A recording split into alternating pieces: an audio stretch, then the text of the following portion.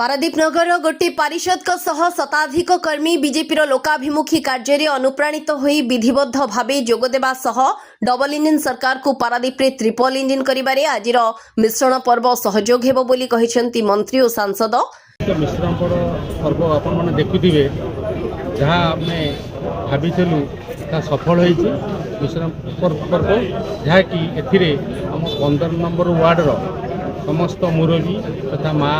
भाई माने समस्त गुरुजन माने एवं युवक युवती माने आसी एथिरे भाग नहीं ये कार्यक्रम सफल करिसेंती एवं हमर स्थानीय पारिषदक समेत मु एवं समस्त बासिंदा आज विधिवत भाव में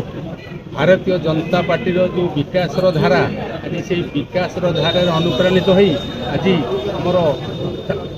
यशस्वी प्रधानमंत्री श्री नरेंद्र मोदी जो विकास चिंताधारा एवं ताहा ओडिशा रे त्वरान्वित भाव में कार्यकारी करुवा आमर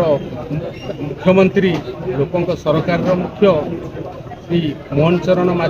माझी महोदय कार्यधारा अनुप्राणित हो विशेषकर आम ये माटीर यह आम समस्त सौभाग्यर विषय आम माटीर 2 जन योग्य संतान योग्य पुत्र जे कि आमर स्थानीय मंत्री स्थानीय विधायक एवं शिल्प दक्षता विकास मंत्री संपत चंद्र स्वाई कार्यधारा अनुप्राणित हो भुजंग पारादीप माटीर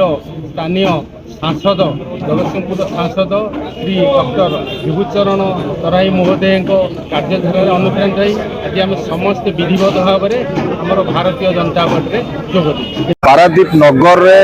भारतीय जनता पार्टी आज एक मिश्रण पर्व अनुष्ठित है। ये मिश्रण पर्व रे आमर पारादीप काउंसिलर सौदामिनी साहू समेत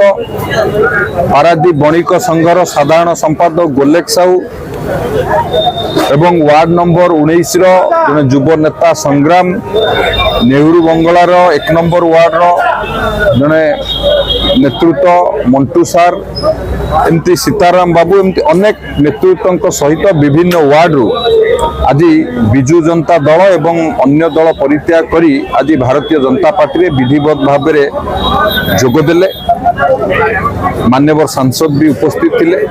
भारतवर्षर यशस्वी प्रधानमंत्री नरेंद्र मोदी जी दृढ़ नेतृत्व एवं आमर मान्यवर मुख्यमंत्री मोहन चरण माझी आम दलर राज्य सभापति मनमोहन सामलकर दृढ़ संगठक दृढ़ नेतृत्व को भरोसा करी आज भारतीय जनता पार्टी रे से माने विधिवत भावे जोगदेले। निश्चित भाव में पारादीप म्युनिसिपालिटी रे बा पारादीप नगर रे भारतीय जनता पार्टी तार शक्ति वृद्धि करने सहित आगामी दिन में भारतीय जनता पार्टी आहुरी तार काया विस्तार करिवो एवं जो जन कल्याणकारी योजना राज्य सरकार जन कल्याणकारी योजना आई तार सफल रूपायन हेबारे मध्य ये निश्चित भाव में सहायक हम एवं आपण भी अनुभव करथिबे खाली पारादीप नुह विभिन्न निर्वाचन मंडली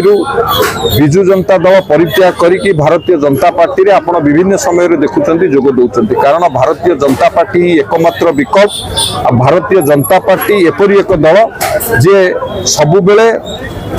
विकास को लेकिन आगु को बढ़ा को चेष्टा करे एवं आमे मध्य सरकार को आसीबा पूर्व जहाँ जहाँ संकल्प पत्र रे आमे प्रतिश्रुति देइतिलु ताकू गोटे गोटे करी पूरा करिबारे आमे सफल होइछु। लोकंकर मौलिक समस्या किपरि पूरा हबो ओडिशा को समृद्ध ओडिशा विकसित ओडिशा गठन करिबा पई संकल्प नेकी माननीय मुख्यमंत्री नेतृत्व रे आमे काम करूछु। आज लोकमानक भरोसा जितिबारे आमे सक्षम होइछु। लोक माने भारतीय जनता पार्टी की पसंद करूचंती एवं देखिए भारतीय जनता पार्टी एकमात्र दल रहिबो पारादीप निर्वाचन मंडली रे एवं आमर गोटे मंत्र विकास को ही मुख्य मंत्र करी आमे आगु को बढ़ू। Municipality 15 number ward councillor Shrimati Saudamini Sahu एवं तांकर स्वामी गोलेक चंद्र साहू एवं तांकर समस्त समर्थक माने आज आम संगे बीजेपी रे सामिल हेले। यार कारण होउची आमर प्रिय प्रधानमंत्री नरेंद्र मोदी एवं मुख्यमंत्री मोहन चरण माझी अनेक उन्नतिमूलक कार्यक्रम पाई से माने प्रभावित होकर आम संगे सामिल होती। मोटामोटी भाव में पारादीप हूँ एक मिनी इंडिया এটি ওড়িশারু বহু জিল্লারু এটি লোকমানে বসবাস করুଛନ୍ତି মুখ্যতঃ তাଙ୍କର পেট ପାଟଣାର କଥା ଅଛି ଜୀବନ ଜୀବିକାର କଥା ଅଛି କିଏ ବ୍ୟବସାୟ କରିକି ବଞ୍ଚିବ କିଏ ଠିକାଦାରୀ କରିକି ବଞ୍ଚିବ କିଏ ମତ୍ସ୍ୟଜୀବୀ ଭାବରେ ବଞ୍ଚିବ କିଏ ମତ୍ସ୍ୟ ବ୍ୟବସାୟ କରିକି ବଞ୍ଚିବ ଏବଂ ବିଭିନ୍ନ ଶିଳ୍ପାନୁଷ୍ଠାନରେ କାମ କଲା ବେଳେ ଏଠି ଅନେକ ଶିଳ୍ପ ପ୍ରତିଷ୍ଠା ହେବାର ଆବଶ୍ୟକତା ଅଛି ଯାହା ପ୍ରକୃତରେ ବିଜେପି ସରକାର ଦ୍ୱାରା ସମ୍ଭବ